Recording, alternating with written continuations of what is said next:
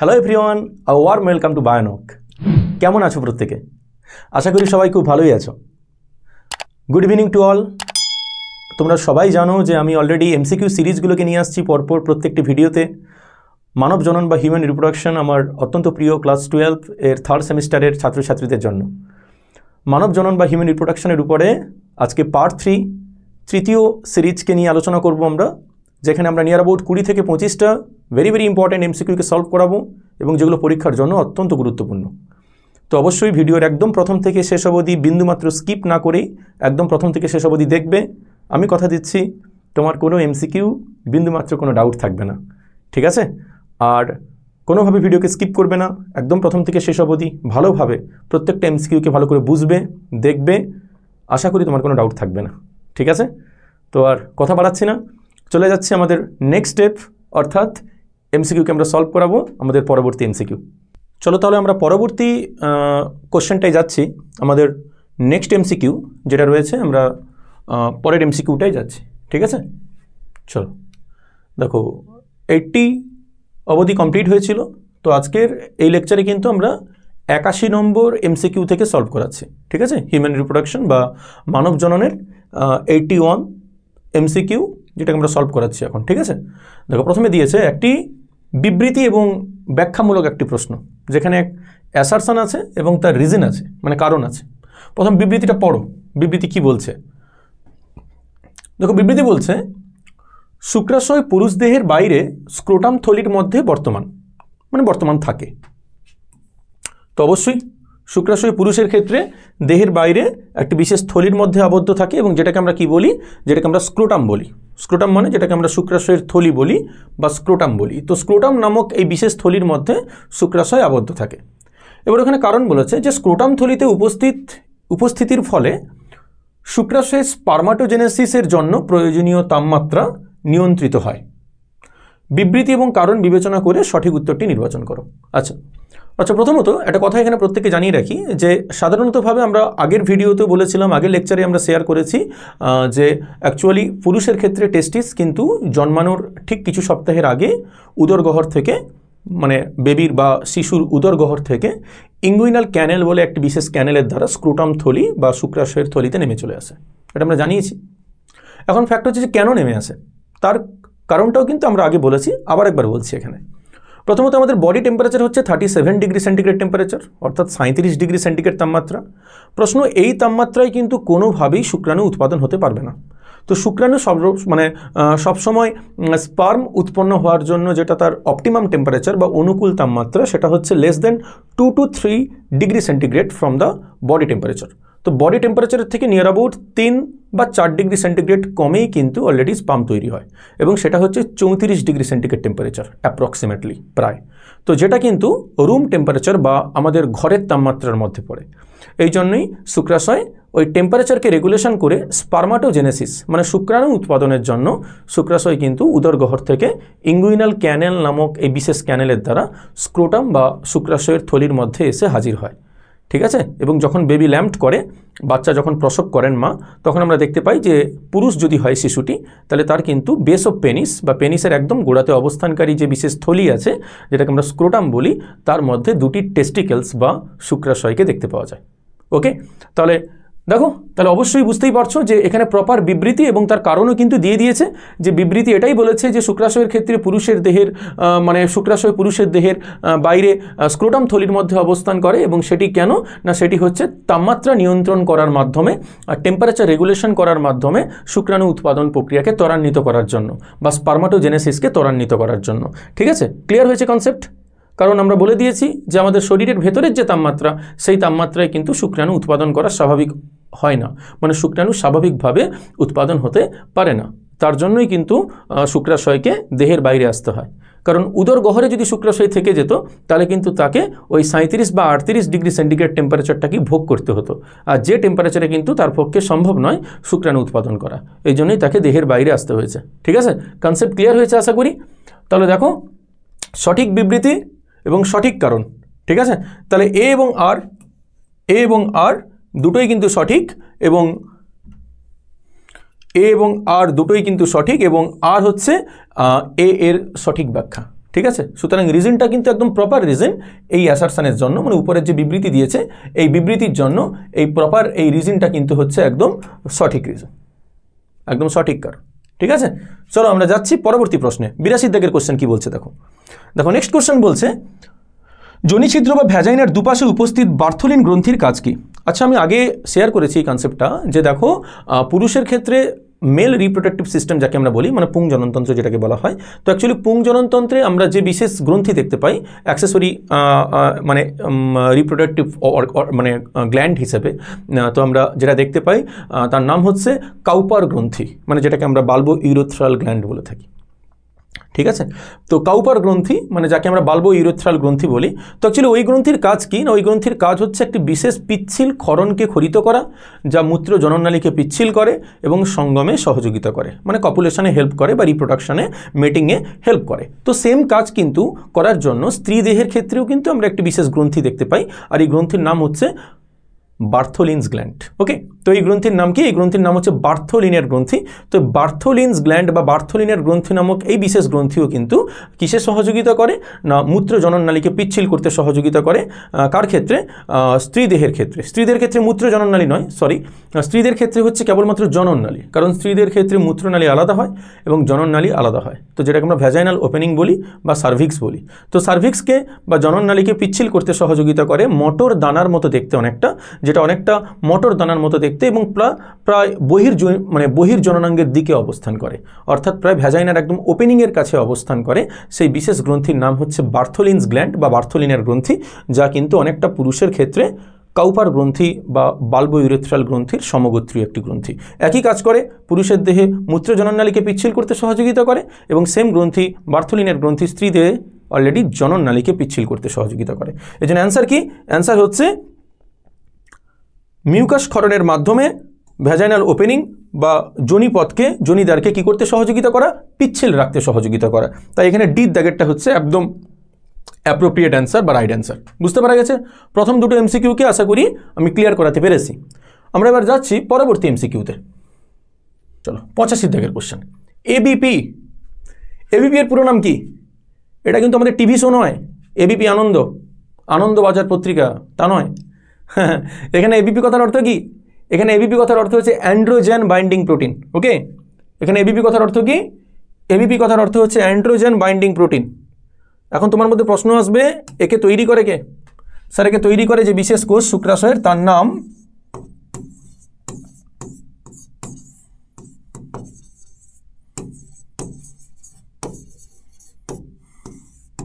This is called Sertoli cell. তাকে আমরা Sertoli কোষ বলি। একে নার্স সেলও বলা হয়, নারিশ সেল বলা হয়, যে সেবিকা কোষ হিসেবে পরিচিত। অর্থাৎ এর দুটো কাজ, শুক্রাণুকে পুষ্টি দেওয়া, শুক্রাণুকে নারিশ করা, অপরিণত শুক্রাণুকে পরিণত শুক্রাণুতে পরিণত করা, এবং পদ্ধতির নাম হচ্ছে স্পার্মিওজেনেসিস বা স্পার্মাটিলিওসিস বলা হয় তাকে আর এক কথায়। আবার অন্যদিকে কিন্তু এবিপি তৈরি করে, অ্যান্ড্রোজেন বাইন্ডিং প্রোটিন তৈরি করে। আর এই প্রোটিনের কাজ হচ্ছে অ্যান্ড্রোজেন মানে টেস্টোস্টেরনকে সংযুক্ত করতে সহযোগিতা করা। তো এই প্রোটিনের প্রধান কাজ হচ্ছে টেস্টোস্টেরনকে সংযুক্ত করতে সহযোগিতা করা, বা অ্যান্ড্রোজেন মানে হচ্ছে টেস্টোস্টেরন, মেলের ক্ষেত্রে, পুরুষের ক্ষেত্রে অ্যান্ড্রোজেন হচ্ছে পুং যৌন হরমোন টেস্টোস্টেরন। তো তাকে সংযুক্ত করতে সহযোগিতা করে যে বিশেষ রিসেপ্টর প্রোটিন, আর তার নামই হচ্ছে এবিপি বা অ্যান্ড্রোজেন বাইন্ডিং প্রোটিন। ওকে, তো যেটাকে কে তৈরি করে? যেটাকে তৈরি করে সার্টোলি কোষ। ঠিক আছে, তো অ্যান্ড্রোজেন বাইন্ডিং প্রোটিন হচ্ছে এবিপির পুরো নাম। মনে রাখবে, এবিপি আনন্দ নয় কিন্তু। চলো পরবর্তী কোশ্চেনে যাচ্ছি আমরা। 86 দাগের কোশ্চেন বলছে কর্পাস লুটিয়াম থেকে নির্গত রিল্যাক্সিন হরমোনের কাজ কি? আচ্ছা স্যার, একটু আগে তো বলেছিলেন না আপনি অমরা থেকে নিঃসৃত হয়।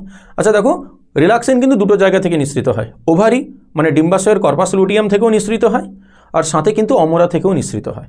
কিন্তু এখন কোশ্চেন হচ্ছে যে গর্ভাবস্থায় মেনস্ট্রুয়াল সাইকেল বন্ধ থাকে, আর মেনস্ট্রুয়াল সাইকেল বন্ধ থাকা মানেই কিন্তু কর্পাস লুটিয়াম দীর্ঘদিন ধরে কিন্তু থাকবে না। তাহলে যেদিন কর্পাস লুটিয়াম নষ্ট হয়ে যাবে, যেহেতু মেনস্ট্রুয়াল সাইকেল বন্ধ আছে, তাই নিশ্চয়ই 9 মাস 10 দিন কর্পাস লুটিয়াম থাকবে না, তো একটা সময় সেটা নষ্ট হয়ে যাবে। তো তখন রিল্যাক্সিনটা কে তৈরি করবে? স্যার, তখন রিল্যাক্সিন তৈরি করবে কিন্তু অমরা, মানে যেটাকে আমরা প্লাসেন্টা বলি। তাহলে অ্যাকচুয়ালি দীর্ঘ সময় ধরে রিল্যাক্সিনকে উৎপাদন করতে পারে প্রসবকালে প্লাসেন্টা বা অমরা। তাহলে কর্পাস লুটিয়াম থেকে নির্গত রিল্যাক্সিন হরমোনের প্রধান কাজ কি? স্যার রিল্যাক্সিন হরমোনের কাজ কিন্তু আমরা একটু আগেই বলেছিলাম যে সার্ভিক্সকে প্রসারিত করে এবং বেবিকে প্রসব করতে সহযোগিতা করে, অর্থাৎ মানে বাচ্চাটা যাতে বাইরে বেরিয়ে যায়, দেহের বাইরে নির্গত হয়, ভূমিষ্ঠ হয়, সেই কাজে সহযোগিতা করে। তাহলে বুঝতেই পারছো সন্তান প্রসবকালে জরায়ু এবং সার্ভিক্সের প্রসারণ ঘটানো। বিদ্যাগের অ্যান্সার, সন্তান প্রসবকালে জরায়ু এবং সার্ভিক্সের প্রসারণ ঘটানোই হচ্ছে রিল্যাক্সিনের কাজ, কারণ তার নামের মধ্যেই কিন্তু মানে লুকিয়ে আছে। রিল্যাক্স কথার অর্থ হচ্ছে প্রসারণ করা, তো রিল্যাক্সেশনে সহযোগিতা করে বলে নাম হয়ে গেছে আর কি রিল্যাক্সিন। ওকে, বুঝতে পারা গেছে ক্লিয়ারলি? তাহলে 86 দাগের কনসেপ্ট ক্লিয়ার করতে পেরেছি আমি। 86 দাগের কোশ্চেন ক্লিয়ার হয়েছে, বিদ্যাগের অ্যান্সার। ওকে, চলো এর পরেরটাই যাচ্ছি। আচ্ছা, পরে দেখো অনেকগুলো স্টেটমেন্ট দিয়েছে, খুব সুন্দর। 87 দাগের প্রশ্ন বলছে স্ত্রী জননতন্ত্র সম্পর্কিত নিচের কোন বক্তব্যগুলো সঠিক? আচ্ছা, প্রথম যে স্টেটমেন্ট দিয়েছে বলছে নন প্রাইমেট স্ত্রী প্রাণীদের জনন সম্পর্কিত চক্রাকার পরিবর্তনকে ঋতুচক্র বলে। আচ্ছা, প্রাইমেট নন প্রাইমেট কী গো? আচ্ছা, প্রাইমেট মনে হচ্ছে তারা যাদের ক্ষেত্রে মেনস্ট্রুয়াল সাইকেল দেখতে পাওয়া যায়। যে সমস্ত স্তন্যপায়ী প্রাণীদের ক্ষেত্রে মেনস্ট্রুয়াল সাইকেল দেখতে পাওয়া যায় তাদেরকে আমরা বলি প্রাইমেটস। ওকে, আর নন প্রাইমেটস মনে হচ্ছে তারা যাদের ক্ষেত্রে, মানে যে সমস্ত স্তন্যপায়ীর ক্ষেত্রে, অবশ্যই স্তন্যপায়ী, যে সমস্ত স্তন্যপায়ীর ক্ষেত্রে আমরা মেনস্ট্রুয়াল সাইকেল দেখতে পাই না, তাহলে তার পরিবর্তে আমরা কি দেখতে পাই? ইস্ট্রাস সাইকেল দেখতে পাই, মানে ঋতুচক্র দেখতে পাই। এদের মধ্যে একটা পার্থক্য আছে। মেনস্ট্রুয়াল সাইকেল মানে পুরো একটা মাস ভোর, একটা পুরো মান্থ, 28 ডেজ, প্রায় এক মাস সমান 30 দিন। তবে গড় যদি ধরা হয় এভারেজ, তাহলে সেটা হচ্ছে মেনস্ট্রুয়াল সাইকেলের গড় হচ্ছে 28 দিন। ঠিক আছে, তো 28 দিন গড়ে কিন্তু একটা স্ত্রী, মানে একটা ফিমেল, সে কিন্তু জননের জন্য অ্যাক্টিভ থাকে বা রিপ্রোডাকশনের জন্য অ্যাক্টিভ থাকে। কিন্তু সেটা কেবলমাত্র কার ক্ষেত্রে? সেটা কেবলমাত্র কার ক্ষেত্রে না, সেটা কেবলমাত্র হচ্ছে কিন্তু প্রাইমেটসের ক্ষেত্রে। এবারে যদি আমরা নন প্রাইমেটস বলি, তাহলে তার ক্ষেত্রে কিন্তু আমরা কি দেখতে পাবো না, তার ক্ষেত্রে যেটা হয় যে তার ক্ষেত্রে কিন্তু আমরা দেখতে পাচ্ছি যে অলরেডি ঋতুচক্র দেখতে পাওয়া যায়, অর্থাৎ তারা কিন্তু প্রতি মাসে অ্যাক্টিভ থাকে না জননের জন্য, তারা কিন্তু বছরের জাস্ট 2-3টে মাস কিন্তু তারা অ্যাক্টিভ থাকে, একটা নির্দিষ্ট ঋতুতে তারা জনন কার্যের জন্য সক্রিয় থাকে, এবং তারা হচ্ছে নন প্রাইমেটস, মানে কুকুর, বেড়াল, এরা প্রত্যেকে। ঠিক আছে, আবার এদের মধ্যে অনেক ভাগ আছে, কেউ এক ঋতুচক্রী, কেউ দ্বি ঋতুচক্রী, কেউ আবার বহু ঋতুচক্রী। ঠিক আছে, তো এগুলো বিভিন্ন ভাগ রয়েছে, অবশ্যই সেগুলো পরে আমরা জানাবো, অবশ্যই বলবো। তবে প্রথমটা কিন্তু একদম রাইট। এখানে বলেছে কোন কোনগুলো সঠিক, প্রথমটা কিন্তু সঠিক। প্রথমটা বলেছে নন প্রাইমেটস, মানে যারা প্রাইমেট নয় তাদের ক্ষেত্রে, স্ত্রী প্রাণীদের ক্ষেত্রে কিন্তু জনন সম্পর্কিত যে চক্রাকার আমরা পরিবর্তন দেখতে পাই তাকে আমরা ঋতুচক্র বলি। এটা কিন্তু একদম সঠিক যে সত্যি তাকে আমরা কিন্তু ইস্ট্রাস সাইকেল বা ঋতুচক্র বলে থাকি। তো পরের স্টেটমেন্ট যেটা বলছে যে বয়ঃসন্ধিকালে প্রথম রজস্রাব আরম্ভ হওয়াকে মেনোপোজ বলে, এটা কিন্তু ভুল বলে দিয়েছে। তার কারণ কি না, স্ত্রীদের ক্ষেত্রে, মানে বিশেষ করে যারা প্রাইমেটস, তো তাদের ক্ষেত্রে বয়ঃসন্ধিকাল বা যেটাকে আমরা বলছি পিউবার্টি, তো সেই সময় যে প্রথম যৌনচক্র শুরু হয় সেই যৌনচক্রকে আমরা কি বলি না, তাকে আমরা মেনার্কি বলি, মেনোপোজ বলি না। মেনোপোজ মানে তো বন্ধ হয়ে যাওয়া। তো যখন রজতচক্র বন্ধ হয়ে যায় 45-50 বছরের সময়, তখন তাকে আমরা মেনোপোজ বলি। কিন্তু 12-13 বছর বয়সে যখন প্রথম রজস্রাব শুরু হয় তখন তাকে আমরা মেনার্কি বলি। তাহলে অ্যান্সার কিন্তু মেনার্কি হবে এখানে, মেনোপোজ নয়। তো এটা কিন্তু ভুল, আমাকে বলেছে সঠিকগুলো বাঁচতে। পরেরটা বলেছে রজস্রাব এর অনুপস্থিতি গর্ভাবস্থাকে নির্দেশ করে। হ্যাঁ, ঠিক আছে, অবশ্যই রজস্রাবের অনুপস্থিতি গর্ভাবস্থাকে নির্দেশ করে, তবে সবসময় কিন্তু এটা হবে না। এই জন্য এখানে খেয়াল রাখতে হবে প্রত্যেককে যে রজস্রাব বন্ধ মানেই যে সি ইজ প্রেগনেন্ট, তা কিন্তু নয়। তো সেটা টিউমার থাকার কারণেও হতে পারে, পিসিওএস, পিসিওডির কারণেও হতে পারে। আমরা আগে বলেছি অবশ্য, পিসিওএস মানে হচ্ছে পলিসিস্টিক ওভারিয়ান সিন্ড্রোম, বা পিসিওডি পলিসিস্টিক ওভারিয়ান ডিজিজ, একই জিনিস। তো সেই পিসিওএস বা পিসিওডি কিংবা টিউমার থাকার কারণে, মানে জরায়ুতে টিউমার থাকার কারণে, ওভারিতে সিস্ট থাকার কারণেও কিন্তু আমরা দেখতে পাই যে রজতচক্র ইরেগুলার হয়ে যাচ্ছে বা অনিয়ন্ত্রিত হচ্ছে, নিয়ন্ত্রিত হচ্ছে না। তো তার মানে যে এমনটা নয় যে প্রেগনেন্ট থাকলেই কেবলমাত্র রজস্রাব বন্ধ হবে, অন্যথা রজস্রাব বন্ধ হতে পারে না।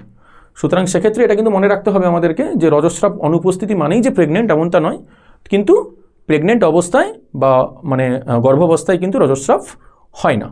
ঠিক আছে, তবে সবসময় এমনটা হতে পারে না যে রজস্রাব হচ্ছে না মানেই যে সি ইজ প্রেগনেন্ট। ঠিক আছে, তবে প্রেগনেন্ট অবস্থায় কিন্তু বা গর্ভাবস্থায় রজস্রাব বন্ধ থাকে, এই জন্য এই স্টেটমেন্টটা কিন্তু সঠিক। 4 নম্বর স্টেটমেন্ট যেটা বলছে রজতচক্র মেনার্কি এবং মেনোপোজের মধ্যে বিস্তৃত, একদমই তাই। রজতচক্র মেনার্কি এবং মেনোপোজের মধ্যেই বিস্তৃত, কারণ মেনার্কি দিয়ে শুরু হয় আর মেনোপোজ দিয়ে শেষ হয়। তো মেনার্কি হচ্ছে starting point and menopause is the ending point. তো মেনার্কি যেহেতু শুরুর সময় এবং মেনোপোজ হচ্ছে একদম লাস্ট বা এন্ডিং পয়েন্ট, তার মাঝের সময়কালকে আমরা কি বলি, পিউবার্টি বলি বা বয়ঃসন্ধিকাল এর সময় বলি, যৌবনকাল বলি তাকে আমরা। তো সেই সময়টা কিন্তু রজত চক্র আমরা দেখতে পাই বা মেনস্ট্রুয়াল সাইকেল আমরা দেখতে পাই, যেটা শুরু হয় 12 থেকে 13 বছর বয়স থেকে এবং শেষ হয় 45 থেকে 50 বছর বয়সে। শুরু হওয়াকে মেনার্কি বলে, শেষ হওয়াকে মেনোপোজ বলে। তাহলে এখানে আমরা 3টে স্টেটমেন্ট কিন্তু রাইট দেখছি, 1, 3 এবং 4। দেখো অপশান কোথায় আছে, 1, 3, 4, একদমই তাই।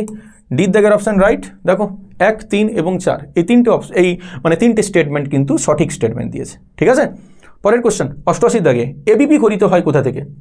জাস্ট একটু আগেই বলেছিলাম এবিপি কোথা থেকে খরিত হয়।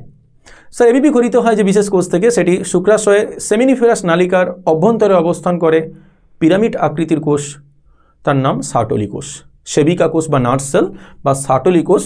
তো সার্টোলি কোষ থেকেই কিন্তু কি খরিত হয়, সার্টোলি কোষ থেকে এবিপি খরিত হয়, অ্যান্ড্রোজেন বাইন্ডিং প্রোটিন খরিত হয় সার্টোলি কোষ থেকে। ওকে, ক্লিয়ার হয়েছে কনসেপ্ট? যাচ্ছি পরের দাগে। চলো, এখানে অনেকগুলো স্টেটমেন্ট দিয়েছে, এদের মধ্যে কোনটি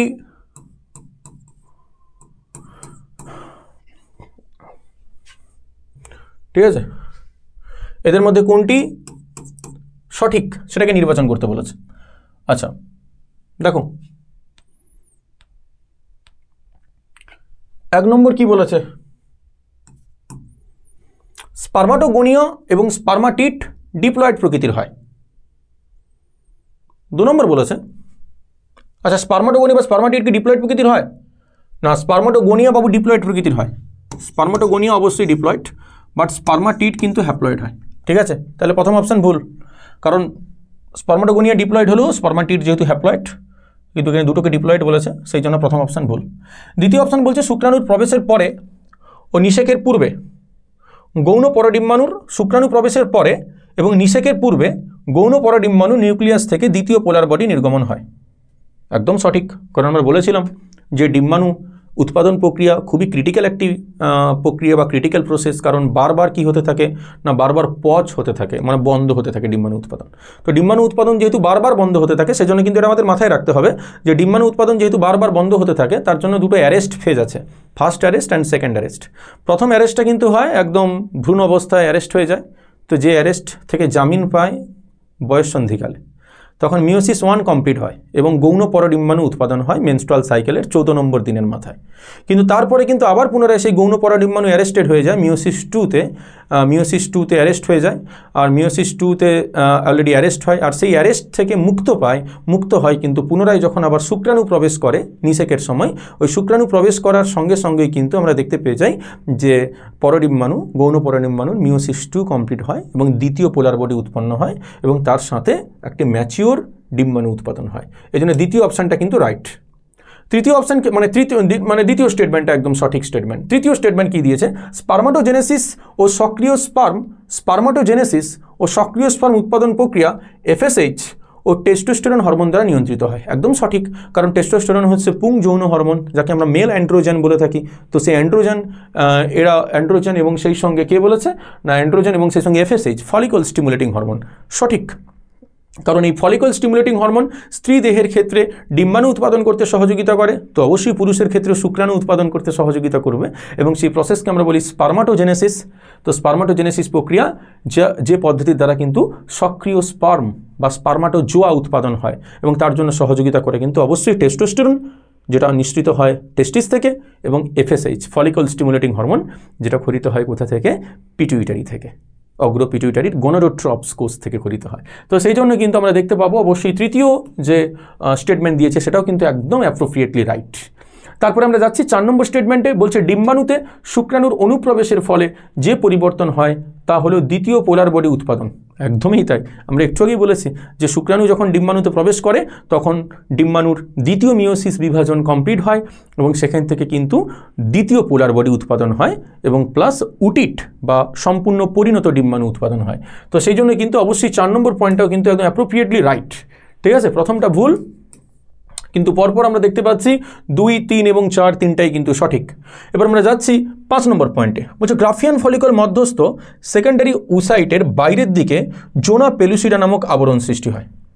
তো বাইরের দিকে বলছে জোনা পেলুসিডা নামক আবরণ সৃষ্টি হয়, একদমই তাই। ডিম্বাণুর বাইরের দিকে আমরা কি দেখতে পাবো, অবশ্যই জোনা পেলুসিডা ডিম্বাণুর বাইরের দিকে কিন্তু আমরা জোনা পেলুসিডা নামক একটি স্তর দেখতে পাই। তবে আমাদেরকে মনে রাখতে হবে যে ডিম্বাণুর বাইরে শুধু জোনা পেলুসিডা নামক স্তর থাকে বা জেডপি থাকে তা কিন্তু নয়। ডিম্বাণুর একদম বাইর থেকে যদি আমরা দেখি তাহলে একদম বাইরে অবস্থান করে করোনা রেডিয়াটা, তারপরে অবস্থান করে জোনা পেলুসিডা, আর তারপরে অবস্থান করে ভাইটালাইন পর্দা, এবং তারপরে অবস্থান করে একদম ভেতরের দিকে উলেমা যাকে বলা হয়। ঠিক আছে, কি বলা হয় যাকে? উলেমা বলা হয় একদম। আর তুমি যদি করোনা রেডিয়েটারও বাইরে দেখতে চাও তাহলে সেখানে কিমুলাস উফোরাস বলে কিছু কোষ অবস্থান করে। ওকে, কিমুলাস উফোরাস অবস্থান করে, এটা মনে রাখবে। কিমুলাস উফোরাস জিজ্ঞেস করে পরীক্ষায় যে কিমুলাস উফোরাস, কুমুলাস উফোরাস। ঠিক আছে, কথাটা খুবই একটু হাস্যকর, আমি লিখে দিচ্ছি।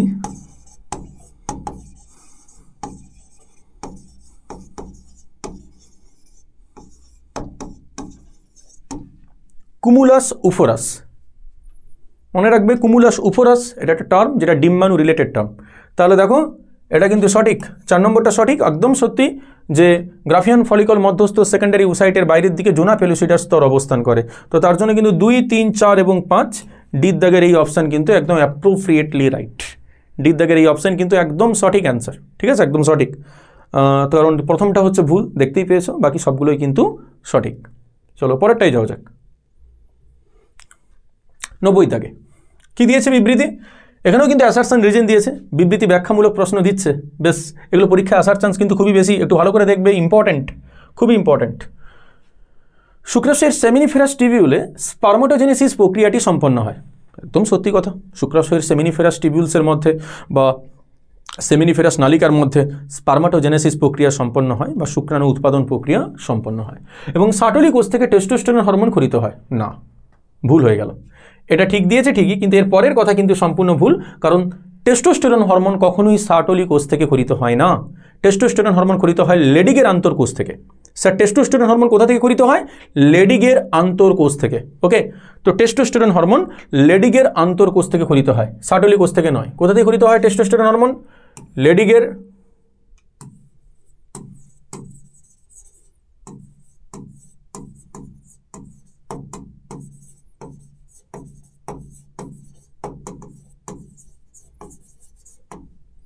লেডিগের আন্তর্কোষ। ওকে, লেডিগের আন্তর্কোষ থেকে, শুক্রাশয়ের লেডিগের আন্তর্কোষ থেকে উৎপন্ন হয় টেস্টোস্টেরন, সাটলি কোষ থেকে নয়। তাহলে বিবৃতি কিন্তু ভুল, কারণ এটুকু ঠিক থাকলে হবে না, পুরোটাই ঠিক থাকতে হতো। যেহেতু এখানে বলে দিয়েছে সাটলি কোষ থেকে টেস্টোস্টেরন, ওটা লেডিগের আন্তর্কোষ থেকে হবে, এই জন্য বিবৃতি এ ভুল বলে বিবেচিত। কারণ টেস্টোস্টেরন পুরুষ দেহে গৌণ জনন অঙ্গগুলোকে বৃদ্ধি করে এবং তার পরিণতিতে সাহায্য করে, এবং পুরুষ দেহে যৌন লক্ষণের প্রকাশ ঘটাতে সাহায্য করে।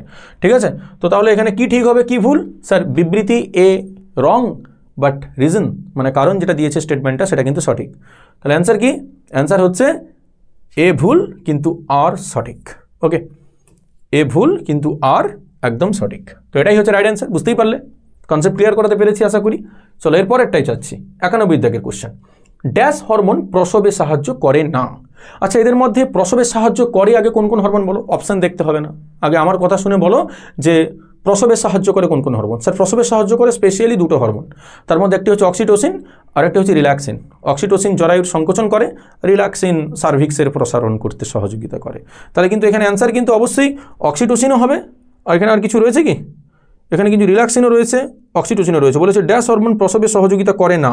দেখো, অক্সিটোসিন, রিল্যাক্সিন এবং প্রোস্টাগ্ল্যান্ডিন। হ্যাঁ, একটা কথা বলতে ভুলে গেছি, প্রোস্টাগ্ল্যান্ডিনও কিন্তু প্রসবে সহযোগিতা করে। একমাত্র এখানে প্রসবে সহযোগিতা করে না, আর তার নাম হচ্ছে প্রোল্যাক্টিন। তো এই জন্য অ্যান্সার কিন্তু হচ্ছে বি দাগেরটা প্রোল্যাক্টিন। ওকে, তো প্রোল্যাক্টিন কিন্তু প্রসবে সহযোগিতা করে না। ঠিক আছে, বুঝতে পেরেছো আশা করি? প্রোল্যাক্টিন প্রসবে সহযোগিতা করে না। ঠিক আছে, তো অ্যান্সার কিন্তু বি দাগে প্রোল্যাক্টিন। পরের কোশ্চেনে যাচ্ছি। সেকেন্ডারি উসাইটের করোনা রেডিয়াটা স্তরে অবস্থিত, স্পেলিং মিস্টেক হয়েছে, দেখে নিও। সেকেন্ডারি উসাইটের করোনা রেডিয়াটা স্তরে অবস্থিত অ্যাসিডটির নাম কি? সেকেন্ডারি উসাইটের করোনা রেডিয়াটা স্তরে যে অ্যাসিড অবস্থান করে, সেই অ্যাসিড কিন্তু করোনা রেডিয়েটার কোষগুলোকে পরস্পরের সঙ্গে যুক্ত করে রাখতে সহযোগিতা করে, আর সেই অ্যাসিডের নাম হায়ালুরনিক অ্যাসিডস। ওকে, সো হায়ালুরনিক অ্যাসিডস অবশ্যই এখানে রয়েছে, দেখো রয়েছে হায়ালুরনিক অ্যাসিডস। এই বিশেষ অ্যাসিডের দ্বারা কিন্তু এটা অলরেডি গ্লুয়ের মতো কাজ করে, চিটের মতো কাজ করে, যে চিটের দ্বারা অলরেডি করোনা রেডিয়েটার কোষগুলো পরস্পরের সঙ্গে কী থাকে, সংযুক্ত থাকে। তো এই হায়ালুরনিক অ্যাসিডের দ্বারাই কিন্তু করোনা রেডিয়েটার কোষগুলো পরস্পরের সঙ্গে কী থাকে, একদম জুড়ে থাকে বা লেগে থাকে বা সংযুক্ত থাকে। ওকে, তাহলে 92 দাগের অ্যান্সার হচ্ছে এ, হায়ালুরনিক অ্যাসিডস। নেক্সট 93 দাগে যাচ্ছি আমরা। গ্রাফিয়ান ফলিকুলার অভ্যন্তরীণ গহ্বর অ্যান্ট্রামে কি উপস্থিত থাকে? আচ্ছা, আগের দিন আমরা দেখিয়েছিলাম যে অ্যান্ট্রামকে দেখতে কেমন, অ্যাকচুয়ালি আরেকবার দেখিয়ে দিচ্ছি, দেখে নাও। অ্যাকচুয়ালি যদি এটা গ্রাফিয়ান ফলিকল হয় তাহলে তার মধ্যে এরকম অ্যান্ট্রাম থাকে আর উপরে কি থাকে, ডিম্বাণু অবস্থান করে। তো এটাকে অ্যান্ট্রাম বলে, এইটাকে অ্যান্ট্রাম বলে। এই যে আমরা দেখতে পাচ্ছি গহ্বরটা, এই গহ্বরের মধ্যে একটি বিশেষ তরল থাকে, এই তরলের নাম লিকার ফলিকিউলি। তরলের নাম কি? লিকার ফলিকিউলি নামক একটি বিশেষ তরল অবস্থান করে, যে তরল থাকে কোথায়, এই অ্যান্ট্রামের গহ্বরের ভেতরে যে বিশেষ তরল থাকে তার নাম কি স্যার? তার নাম হচ্ছে লিকার ফলিকিউলি। ওকে, তো লিকার ফলিকিউলি নামক এই বিশেষ তরল অবস্থান করে অ্যান্ট্রামের গহ্বরের মধ্যে। ক্লিয়ার করাতে পেরেছি আশা করি। চলো পরের কোশ্চেনে যাচ্ছি, 94 দাগের কোশ্চেন। প্রাইমারি উসাইট কোষ বিভাজনের কোন দশায় আবদ্ধ থাকে? প্রাইমারি উসাইট কোষ বিভাজনের কোন দশায় আবদ্ধ থাকে? দেখো, বলেছিলাম আশা করি যে ফিমেলের ক্ষেত্রে প্রাইমারি উসাইট থেকে যখন সেকেন্ডারি উসাইট তৈরি হয় তখন কিন্তু ওই প্রাইমারি উসাইট অ্যারেস্ট কন্ডিশনে থাকে, ভ্রূণ অবস্থায় অবশ্য। তো যখন বয়ঃসন্ধিকাল আসে তখন কিন্তু পিটুইটারি গ্রন্থি থেকে একটি বিশেষ হরমোন আসে আর তার নাম হচ্ছে FSH, ফলিকল স্টিমুলেটিং হরমোন। এই হরমোন এলেই কিন্তু 1 ডিগ্রি উসাইট মানে প্রাইমারি উসাইট 2 ডিগ্রি উসাইট বা সেকেন্ডারি উসাইটে কনভার্ট হয়। প্রাইমারি উসাইট কিসে কনভার্ট হয়? 2 ডিগ্রি উসাইট বা সেকেন্ডারি উসাইটে কনভার্ট হয়। কখন? যদি FSH হরমোন আসে বা ফলিকল স্টিমুলেটিং হরমোন আসে। তো অ্যারেস্ট থাকে কোন দশায়? মিওসিস 1-এর প্রোফেজ 1-এ অ্যারেস্ট থাকে। কোথায় অ্যারেস্ট থাকে? মিওসিস 1-এর প্রোফেজ। এখানে স্পেলিং মিস্টেক হয়েছে, একটু মেনে নিও, অসুবিধা হয়ে গেছে। ওই টাইপিংয়ের সময় একটু গন্ডগোল হয়েছে, আশা করি এডিটর যে কাজ করেছে, মানে এটা অ্যাকচুয়ালি এডিটর করেছে, বাট যে করেছে টাইপিংয়ের সময় একটু মিস্টেক হয়েছে, একটু মেনে নিও। এটাকে প্রোফেজ হবে, হ্যাঁ, এটা হচ্ছে প্রোফেজ 1 দশা। ওকে, প্রোফেজ 1 মিওসিস কোষ বিভাজনের প্রোফেজ 1 দশা। ওকে, অবশ্যই প্রোফেজ 1 দশা। কোনটা হবে তাহলে? এটা হবে রাইট অ্যান্সার, মিওসিস কোষ বিভাজনের প্রোফেজ 1, কারণ বাকিটা আছে মাইটোসিস কোষ বিভাজনের প্রোফেজ 1, মিওসিস কোষ বিভাজনের প্রোফেজ 2, মাইটোসিস কোষ বিভাজনের প্রোফেজ 1। তো এখানে অ্যান্সার কোনটি হবে? সেখানে অ্যান্সার হবে মিওসিস কোষ বিভাজনের প্রোফেজ 1 দশা। মিওসিস কোষ বিভাজনের প্রোফেজ 1-এ সেকেন্ডারি উসাইট তৈরি হওয়াটা বন্ধ থাকে, মানে প্রাইমারি উসাইট অ্যারেস্ট থাকে। তাহলে এই জামিনপত্র কে দিবে একে অ্যারেস্ট থেকে মুক্ত হওয়ার জন্য? প্রাইমারি উসাইটকে FSH, ফলিকল স্টিমুলেটিং হরমোন যখন আসবে তখনই প্রাইমারি উসাইট কিন্তু সেকেন্ডারি উসাইট বা গৌণ পরডিম্বাণুতে পরিণত হবে। ওকে, চলো পরের কোশ্চেনে যাচ্ছি আমরা। ZP3, এখনো স্পেলিং মিস্টেক হয়েছে।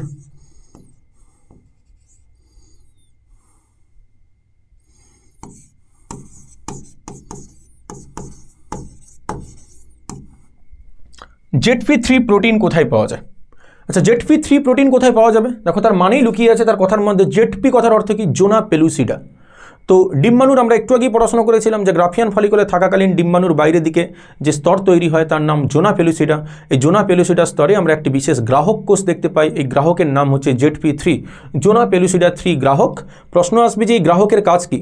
স্যার, এই গ্রাহকের কাজ হচ্ছে নির্দিষ্ট প্রজাতির শুক্রাণুকে রিসিভ করা বা গ্রহণ করা, এবং সেটা হচ্ছে কেবলমাত্র হিউম্যান স্পার্ম বা মানুষের শুক্রাণু। তার কারণ ZP3 অবস্থান করে কেবলমাত্র মানুষের ডিম্বাণুতে। হোমো স্যাপাইন্স স্যাপাইন্স মানুষের ডিম্বাণুতে আমরা জোনা পেলুসিডার গাত্রে একটি বিশেষ রিসেপ্টর দেখতে পাই বা গ্রাহক দেখতে পাই যার নাম ZP3, জোনা পেলুসিডা 3 গ্রাহক। এই গ্রাহক কিন্তু হিউম্যান স্পার্ম বা মানব শুক্রাণুকে রিসিভ করতে পারে বা মানব শুক্রাণুকে গ্রহণ করতে পারে। তো স্পিসিস স্পেসিফিসিটি অর্থাৎ প্রজাতি নির্দিষ্টকরণের জন্য সহযোগিতা করে ZP3, যেটা অবস্থান করে কোথায়? যেটা অবস্থান করে জোনা পেলুসিডা স্তরে। কার? ডিম্বাণুর জোনা পেলুসিডা অঞ্চলে অবস্থান করে। আশা করি বোঝাতে পেরেছি। দুটো কোশ্চেন ক্লিয়ার হয়েছে, 94, 95। চলো আমরা পরের কোশ্চেনে যাচ্ছি, 96। স্ত্রী জনননালীতে শুক্রাণু স্থানান্তরণকে কি বলা হয়? অর্থাৎ বলছে কপুলেশনের সময় মানে মেটিংয়ের সময় যখন সিমেন যখন ভ্যাজাইনাল ট্র্যাক্টের মধ্যে চলে যায় বা স্ত্রী জনননালীতে চলে যায় সেই প্রসেসকে কি বলে?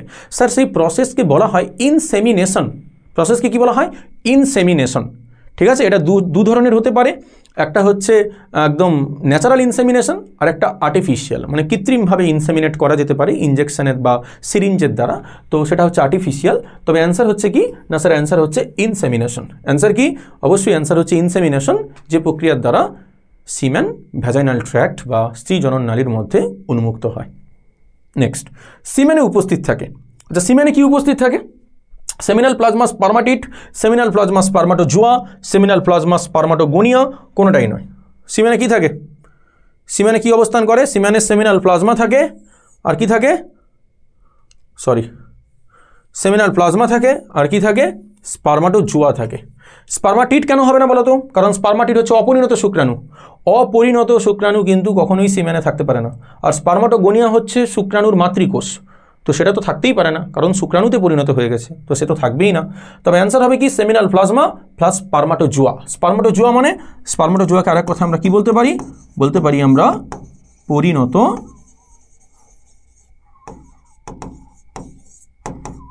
শুক্রাণু। ওকে, তো স্পার্মাটোজোয়া বা পরিণত শুক্রাণু অবস্থান করে কোথায়? সেমিনাল প্লাজমায়। আশা করি ক্লিয়ার করাতে পেরেছি। তো সিমেনে উপস্থিত থাকে, অ্যান্সার কি হবে? বি এর দাগেরটা রাইট অ্যান্সার। পরেরটায়, অ্যান্ড্রোজেনকে উদ্দীপ্ত করে কে? অ্যান্ড্রোজেন উদ্দীপ্ত করে ড্যাশকে। আচ্ছা, অ্যান্ড্রোজেন মানে টেস্টোস্টেরন হরমোন। তো অ্যান্ড্রোজেন নামক যে হরমোনটার কথা বলছি আমরা, অ্যান্ড্রোজেন টেস্টোস্টেরন হরমোন, এটি কাকে উদ্দীপ্ত করে? এটি উদ্দীপ্ত করে কোন পদ্ধতিকে? এটি অবশ্যই উদ্দীপ্ত করে স্পার্মাটোজেনেসিস পদ্ধতি, যেটাকে আমরা বলতে পারি শুক্রাণু উৎপাদন পদ্ধতি। আমি আগেও বলেছি যে এফএসএইচ ফলিকল স্টিমুলেটিং হরমোন, যেটা পিটুইটারি থেকে আসে, এবং অ্যান্ড্রোজেন মানে যেটাকে আমরা টেস্টোস্টেরন বলছি, যেটা লেডিগের আন্তর্কোষ থেকে আসে, এই দুটি হরমোন মিলেই কিন্তু স্পার্মাটোজেনেসিস বা শুক্রাণু উৎপাদন প্রক্রিয়াকে স্টিমুলেট করে বা উদ্দীপিত করে। তাহলে অ্যান্সার কি? স্যার অ্যান্সার হচ্ছে স্পার্মাটোজেনেসিস। তাকে আমরা কি বলতে পারি? স্যার তাকে আমরা বলতে পারি শুক্রাণু উৎপাদন প্রক্রিয়া।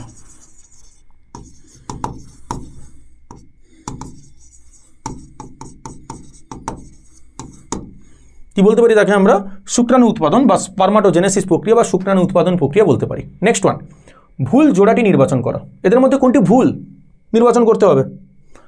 আচ্ছা, অ্যাক্রোজোম শুক্রাণুর মস্তকে উপস্থিত উৎসেচকপূর্ণ টুপির ন্যায় গঠন, একদম সঠিক। কারণ যদি আমরা স্পার্মের ছবি আঁকি এখানে, তাহলে বুঝতে পেরে যাব যে এটা হচ্ছে একটি ম্যাচিওর স্পার্ম, বা যেটাকে আমরা বলছি পরিণত শুক্রাণু। তো এই পরিণত শুক্রাণু আমরা জানি যে এই টুপির মতো অংশটা দেখতে পাচ্ছি আমরা মাথায়, এটাকে আমরা বলি অ্যাক্রোজোম। তো অবশ্যই শুক্রাণুর মস্তকে আমরা দেখতে পাচ্ছি উৎসেচকপূর্ণ টুপির মতো একটি গঠন, দিস ইজ কল অ্যাক্রোজোম। এটা কিন্তু সঠিক। আমাকে বলেছে ভুল জোড়াটি নির্বাচন করতে। দ্বিতীয় অপশান বলেছে মধ্যখণ্ডক বহু সংখ্যক মাইটোকন্ড্রিয়া সমন্বিত। হ্যাঁ, অবশ্যই এটাও সঠিক, কারণ শুক্রাণুর যে দেখো, এটা হচ্ছে মস্তক, এটা হচ্ছে মিডল পিস, যেটাকে আমরা মধ্যাংশ বলি। এই মধ্যাংশে কিন্তু আমরা কি দেখতে পাচ্ছি? না স্যার, এই মধ্যাংশে কিন্তু আমরা দেখতে পাচ্ছি কি না, মধ্যাংশে আমরা দেখতে পাচ্ছি মাইটোকন্ড্রিয়াল শীত অবস্থান করে। শুক্রাণুর পুচ্ছ নিষেককালে শুক্রাণুকে সঞ্চালন করতে সহযোগিতা করে। পুচ্ছ মানে ফ্লাজেলা, বুঝতেই পারছো এই ফ্লাজেলার কাজ কি? শুক্রাণু যখন নিষেক করে তখন কিন্তু স্ত্রী জনননালীর মাধ্যমে বা স্ত্রী ভ্যাজাইনাল ট্র্যাক্টের মাধ্যমে অলরেডি শুক্রাণুকে এক জায়গা থেকে আরেক জায়গায় গমনে সহযোগিতা করে। আর ডির দাগের অপশানটা বলেছে দেখো, সেটাই ভুল। তার কারণ কি? বলেছে সিমেন, এতে কেবলমাত্র শুক্রাণু উপস্থিত থাকে। কোনোদিনও হতে পারে না, কারণ সিমেনের মধ্যে মাত্র 10% স্পার্ম থাকে, আর বাকি 90% সেমিনাল প্লাজমা অবস্থান করে, মানে সেমিনাল ভেসিকেলের তরল, প্রোস্টেট গ্ল্যান্ডের তরল, কাউপার্স গ্ল্যান্ড মানে যাকে বাল্বো ইউরেথ্রাল গ্রন্থি বলা হয় তার তরল, এতগুলো অবস্থান করে একসঙ্গে। তখন তাকে আমরা কি বলি? সিমেন বলি বা বীর্য বলি তাকে আমরা বাংলায়। তখন ফ্যাক্ট হচ্ছে তাহলে কি, সিমেনের মধ্যে কিন্তু এত কিছু অবস্থান করে। সেমিনাল প্লাজমা মানে seminal fluid, prostate fluid, bulbourethral গ্ল্যান্ডের ফ্লুইড প্লাস স্পার্ম, তখন তাকে সিমেন বলবো। শুধু স্পার্ম থাকলে কিন্তু সিমেন বলা যাবে না। যেন অ্যান্সার কিন্তু অবশ্যই হবে কোনটা? ডি এর দাগেরটা। তার কারণ কি বলেছে? ভুল জোড়া নির্বাচন করতে, আর এখানে ভুল কোনটা? ডি এর দাগেরটা। চলো এর পরের কোশ্চেনে যাচ্ছি আমরা। এর পরেটা দুটো কোশ্চেন করাবো, এটাই কিন্তু আমাদের এই সেশনের এই ভিডিওর শেষ দুটি কোশ্চেন, ঠিক আছে? তারপরে আমরা আবার পুনরায় নতুন ভিডিওতে সলভ করাবো। ওকে, চলো পরেরটায় 100 and 101। প্রথম বলেছে রজতচক্রের 4টি দশার সঠিক পর্যায়ক্রম বলতে বলেছে তোমাকে। আচ্ছা, ও রজতচক্রের 4টি দশার সঠিক পর্যায়ক্রম কী হবে? একদম মাথায় রাখবে, রজতচক্র হচ্ছে 28 দিনের একটি মানে কোর্স বলা চলে, বা 28 দিনের একটি প্রক্রিয়া বলা চলে, যার মধ্যে প্রথম দশাটি কিন্তু হচ্ছে 1 থেকে 5 দিনের জন্য, আর সেই দশার নাম রজস্রাবীয় দশা, বা যেটাকে আমরা মেনসেস ফেজ বলি। তার পরের দশার নাম হচ্ছে ফলিকিউলার ফেজ, যাকে জরায়ুতে প্রলিফারেটিভ ফেজ বলে, বা ডিম্বাশয়ের ডিম্বথলি দশা বলে। আর সেই দশার স্থায়িত্বকাল হচ্ছে 6 থেকে 13 দিন। এবং তারপরে আসে 14 নম্বর দিন, যেদিনে ওভুলেশন হয়, মানে ডিম্বাণু নিঃসরণ হয়। এবং তারপরে একদম শেষ স্টেজ হচ্ছে 15 থেকে 28, যেটাকে আমরা লিউটিয়াল ফেজ বলি বা লিউটিয়াল দশা বলি।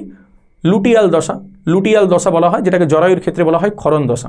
তখন ফ্যাক্ট হচ্ছে এই 4টি দশা আমরা দেখতে পাবো। একদম প্রথমে হচ্ছে রজস্রাবীয় দশা, তারপরে ফলিকুলার দশা, তারপরে ডিম্বাণু নিঃসরণ দশা এবং তারপরে লিউটিয়াল দশা। একদমই তাই, এর দাগেরটা হচ্ছে সঠিক অ্যান্সার। রজস্রাবীয় দশা প্রথমে, তারপরে ফলিকুলার দশা মানে ডিম্বথলি দশা, ফলিকল মানে বুঝতে পারছো ডিম্বথলি, তারপরে হচ্ছে ডিম্বাণু নিঃসরণ দশা মানে ওভুলেশন ফেজ, এবং একদম শেষে হচ্ছে লিউটিয়াল ফেজ বা লিউটিয়াল দশা। রজস্রাবী দশা কতদিন? 1 থেকে 5 দিন। ফলিকুলার দশা কতদিন? 6 থেকে 13 দিন। ডিম্বাণু নিঃসরণ দশা কতদিন? 14 দিন, মানে 14 দিন নয়, 14 নম্বর দিন। 14 নম্বর দিন, একদিনই হয় 14 নম্বর দিন। আর লিউটিয়াল দশা হচ্ছে কতদিন? 15 থেকে 28 দিন। এই হচ্ছে কতগুলো স্টেজ রয়েছে? মোট 4টি স্টেজ রয়েছে। 1 to 5 days, 6 to 13, 14 and 15 to 28। প্রথমটা হচ্ছে রজস্রাবীয় দশা, দ্বিতীয় ফলিকুলার দশা বা ডিম্বথলি দশা, আর তৃতীয় হচ্ছে ডিম্বাণু নিঃসরণ দশা, একদম শেষ দশা হচ্ছে লিউটিয়াল দশা। ওকে, এই 4টি দশা অবস্থান করে রজস্চক্রে।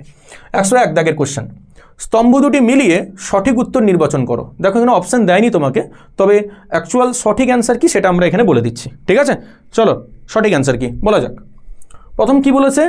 Proliferative phase. বাবু প্রলিফারেটিভ দশা, এটা রজতচক্রের দশা বলেছে, তোমাকে রজতচক্রের দশা বলেছে এবং জরায়ুর পরিবর্তনের দশা বলেছে।